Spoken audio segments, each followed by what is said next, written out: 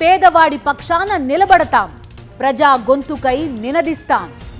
Voice of voiceless, తెలుగువారి మనస్సాక్షి, సాక్షి TV. సాక్షి TV ప్రసారాల కోసం మీ స్థానిక కేబుల్ ఆపరేటర్ని వెంటనే సంప్రదించండి. నెల్లూరులో మాజీ మంత్రి కారుమూరు నాగేశ్వరరావును పోలీసులు అడ్డుకున్నారు. చలో అన్నవరానికి వెళ్లకుండా పోలీసులు అడ్డుకున్నారు. కావలి బైపాస్ రోడ్డు వద్ద కారుమూరిని అడ్డుకుని ఒంగోలుకు తరలించారు పోలీసులు. నెల్లూరులో మాజీ మంత్రి కారుమూరి నాగేశ్వరరావును పోలీసులు అడ్డుకున్నారు. చలో అన్నవరానికి పిలుపునిచ్చారు. ఈ నేపథ్యంలో అక్కడికి వెళ్లకుండా అడ్డుకున్నారు పోలీసులు.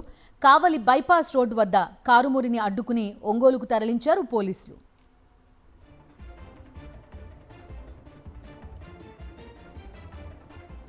పూర్తి డీటెయిల్స్ అందిస్తారు మా కరెస్పాండెంట్ లోకేష్ నెల్లూరు నుంచి.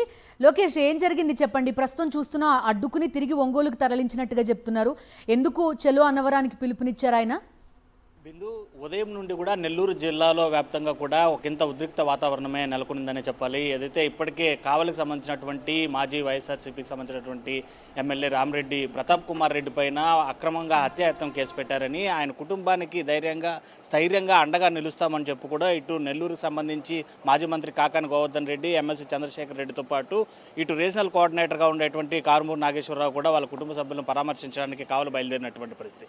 అయితే ఇటు ప్రతాప్ కుమార్ రెడ్డి పైన హత్యాయత్నం కేసు ఏ విధంగా మోపుతారని చెప్పి నిరసన తెలుపుతుండలో భాగంగానే కుటుంబ సభ్యులకు ధైర్యంగా నిలుస్తామని చెప్పి అక్కడికి శాంతియుతంగానే వెళ్లాలని ప్రయత్నించేటువంటి వైఎస్ఆర్సీపీ శ్రేణులందరినీ కూడా హౌస్ అరెస్టులు చేయడంతో పాటు కారుమూరు నాగేశ్వరరావుని ఇటు కావలి బైపాస్ రోడ్లోనే అడ్డుకున్నటువంటి పోలీసులు తమ వెంటే తీసుకొని వెళ్లి మరీ ఒంగోలులో దిగబెట్టినటువంటి పరిస్థితిని చూసినటువంటి పరిస్థితి ఉంది. అయితే ఏదైతే రామిరెడ్డి ప్రతాప్ కుమార్ రెడ్డి పైన అక్రమంగా కూడా ఒక వాంగ్మూలాలు ఇద్దరు యువకుల నుండి పొంది అక్రమ కేసు బనాయించడానికి వ్యతిరేకంగానే ఇటు వైఎస్ఆర్సీపీ శ్రేణులు పోరాటం చేస్తున్నారు. ఇందులో భాగంగా అన్నవరంలో ఇటు కావలికి సంబంధించినటువంటి క్వారీల్లో అక్కడ ఉండేటువంటి ప్రస్తుత టీడీపీ ఎమ్మెల్యే అక్రమాలకు అరాచకాలకు పాల్పడుతున్నారని, దానిపైన ఇటు కుటుంబ సభ్యులు ప్రతాప్ కుమార్ రెడ్డి కుటుంబ సభ్యులను కలిసిన అనంతరం చర్చించుకొని చలో అన్నవరం కార్యక్రమం పైన ఒక డిసిషన్ తీసుకోవాలి. అదేవిధంగా సోమవారం కలెక్టర్తో కలిసి ఆ చలో అన్నవరం కార్యక్రమానికి అనుమతులు కూడా పొందాలని అది సమావేశంలో నిర్ణయించుకుందాము అని చెప్పి తలచినటువంటి వైఎస్ఆర్సీపీ శ్రేణులను చలో అన్నవరం పిలుపు ఇంకా ఇవ్వక మునిపే ఈ విధంగా హౌస్ అరెస్టులు చేయడము, అదేవిధంగా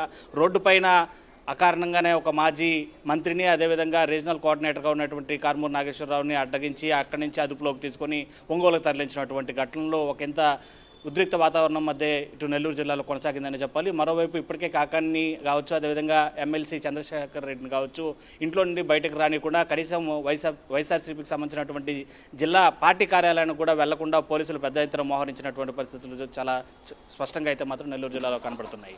లోకేష్, ఎక్కడికక్కడ మూవ్మెంట్ని రిస్ట్రిక్ట్ చేస్తున్న పరిస్థితి. ఎవరికైనా ఎక్కడికైనా వెళ్లే హక్కు లేకపోతే నిరసన తెలిపే హక్కు ఉంటుంది. వాటన్నింటినీ కూడా హరిస్తున్న సిచ్యువేషన్ చూస్తున్నాం మనం నెల్లూరు జిల్లాలో.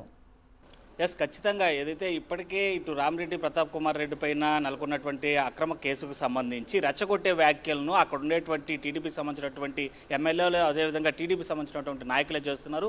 కావల్లో వైఎస్ఆర్సీపీ శ్రేణులు ఏ విధంగా అడుగు పెడతారో చూస్తాం. కావలి టోల్ ప్లాజా దాటితే తలలు తీస్తామంటూ బెదిరింపు ధోరణులకు దిగడమే కాకుండా సవాళ్లు కూడా వేసినటువంటి ఘటన. అయితే ఆ సవాళ్ళకు వ్యతిరేకంగా కావచ్చు, ఎలాంటి ఆరోపణలు కావచ్చు, అనేటువంటి నిరసనలు కావచ్చు వైఎస్ఆర్సీపీ శ్రేణులు చేపట్టలేదు. కేవలం ప్రతాప్ కుమార్ రెడ్డి పైన ఏర్పాటు చేసినటువంటి ఈ అక్రమ కేసుకు సంబంధించి తమ కుటుంబ సభ్యులకు స్థైర్యంగా నిలవడానికి మాత్రమే అక్కడికి వెళ్ళేటువంటి ప్రయత్నం చేశారు.